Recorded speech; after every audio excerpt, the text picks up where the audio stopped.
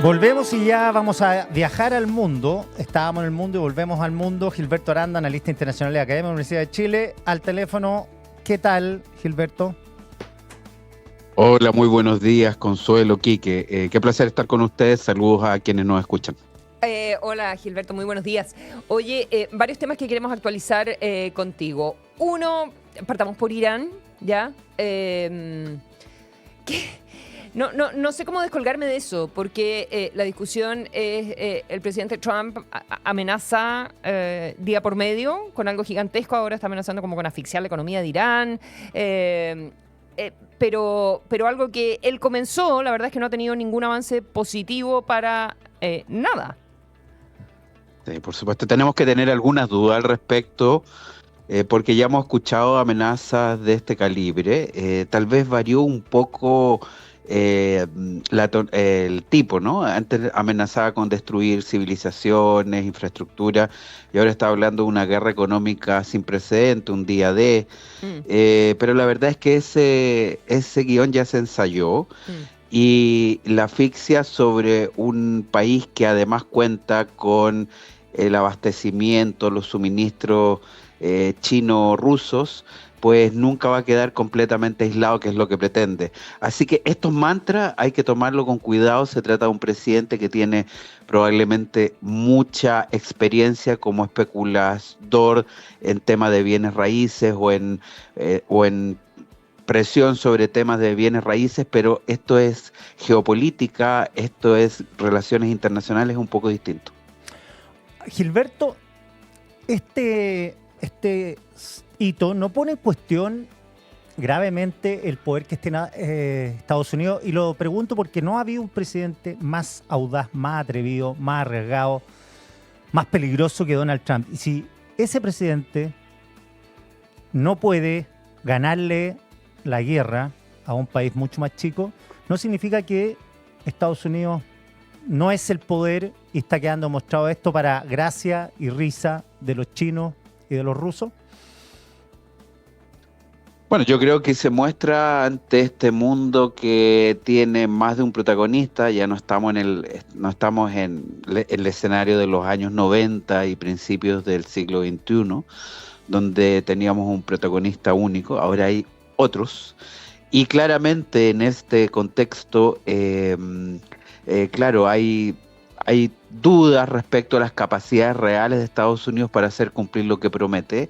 Desde luego en la región ya encontramos otros actores que inciden fuertemente. China, sin ir más lejos, China que sin mucho aspaviento, apenas con algunos mensajes, deja claro que sus intereses siguen adelante. Y la noticia para nosotros y nosotras en esta parte del mundo es que en la medida en que también Estados Unidos se retrotrae, o más bien va relativizando su poder en otros escenarios, pues en el hemisferio se concentra como su espacio que entiende como natural de expansión, un poco retrotrayéndonos a esa lógica del siglo XIX de la doctrina Monroe, donde el espacio de acción de Estados Unidos era México, Centroamérica y el Caribe, y por extensión Sudamérica y el Cono Sur. Leyendo la prensa de los Estados Unidos también hay un mensaje del secretario del Tesoro, ya del ministro de Hacienda de ellos, de Scott Bessent, donde manda a decir que es muy poco probable que se retome una guerra a gran escala. O sea, el ministro de Hacienda hablando de cosas de Hexet, que es el ministro de Defensa de ellos, el ministro de la Guerra, como le llaman. Entonces también es una señal de que, como dice Quique, que Estados Unidos está un poquitito más en las cuerdas de lo que está dispuesto a admitir el presidente, y además con unas elecciones parlamentarias a la vuelta de la esquina. Y quizá algunas descoordinaciones internas en Estados Unidos respecto a la vocería temática. Bueno, la realidad es que más allá de los aspavientos del presidente Trump, que además nos dice a propósito de esta guerra económica sin precedentes, esta asfixia con la que amenaza a Irán, nos dice que además el estrecho de Hormuz va a pasar a ser un territorio de Estados Unidos. O sea, otra vez coloca uno la fila, ya colocó a Canadá, colocó a Groenlandia, en otro momento incluso Venezuela, el Canal de Panamá. Es tan larga la lista, ahora el Estrecho de Hormuz. Bueno, la respuesta incluso de Irán en tono jocoso es que California pasaría a ser su próxima unidad provincial, la número 32. Y un poco, o sea, realmente en esa parte del mundo ya se empieza a relativizarlo, es decir, de esta manera el poder de Estados Unidos.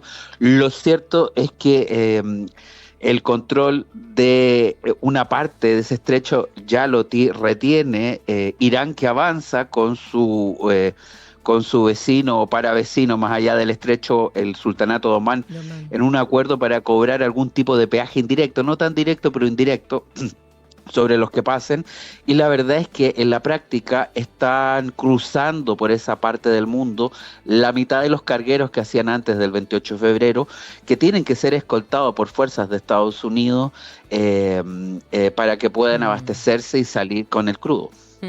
Y en ese sentido, el rol de China como comprador del petróleo de Irán, saltándose las sanciones, etcétera, etcétera, hay que ver cómo se desarrolla en un poquito más de un mes. Hay una reunión entre Trump y Xi Jinping. El 24 de septiembre se van a encontrar en Washington. Entonces, ¿de qué manera qué va a salir de esa reunión? Yo creo que dice mucho también del futuro de Irán, y una reunión que desde Chile vamos a estar mirando también con atención.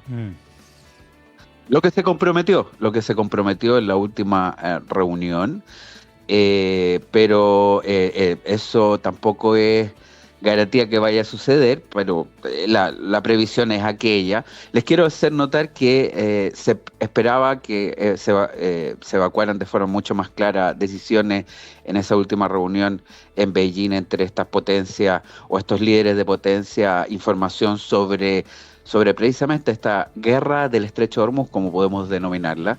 No fue demasiado, se dijeron algunas cosas, pero no demasiado, al igual que poco se le pudo sacar a Trump del tema de Taiwán, apenas ya cuando ya tomó el avión de regreso. Entonces, claro, esa puede ser una ocasión. Vamos a ver cómo siguen caminando las cosas. Por el momento, les quiero hacer notar que esta semana se cumplieron los 60 días que se habían dado en ese memorándum preliminar formado online, y que pues después de eso y de la reanudación de hostilidades el 9 de julio, pues no pareciera que nada funcionó.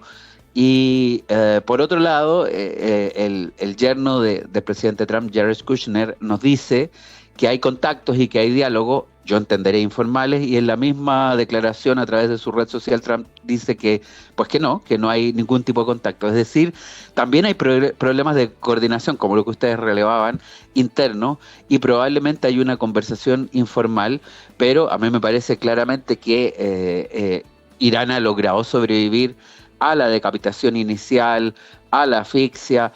A mí me parece que el tema va a ser negociar algún tipo de supervisión internacional detallada, pero para eso hay que lograr un acuerdo con Irán que hoy día no existe y que además se desahució. Un acuerdo existía y se desahució, esa es la cuestión. Sí, bueno, llama la atención cómo Irán ha resistido, como dices tú, y también llama la atención cómo Estados Unidos no ha podido tener esta guerra, y el miedo que le da a uno, por lo menos a mí, que Trump tome decisiones propias de él para zanjar un tema, sobre todo a puertas de la elección que tiene él por delante.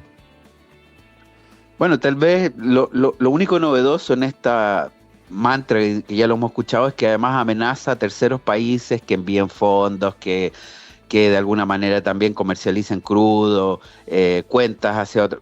Amenaza, pero sobre China, la verdad es que Trump no tiene poder en lo económico, no tiene poder. Puede hacer presión sobre países del hemisferio, puede inferir, o más bien proferir amenazas sobre lo que es Europa Occidental, pero sobre China, la verdad es que no. Entonces, no veo muchos resultados en estas amenazas, y más bien me parece que es parte de un discurso preelectoral donde quiere mostrarse firme, porque todo hace indicar de que al menos la Cámara de Representantes va a ser reconquistada por los demócratas.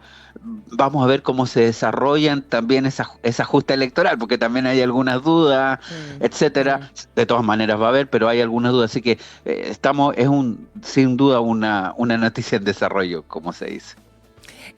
Antes de despedirnos, ¿podemos viajar a nuestra región y dar una pasadita por Brasil? ¿Y cómo estás viendo las próximas elecciones en ese país?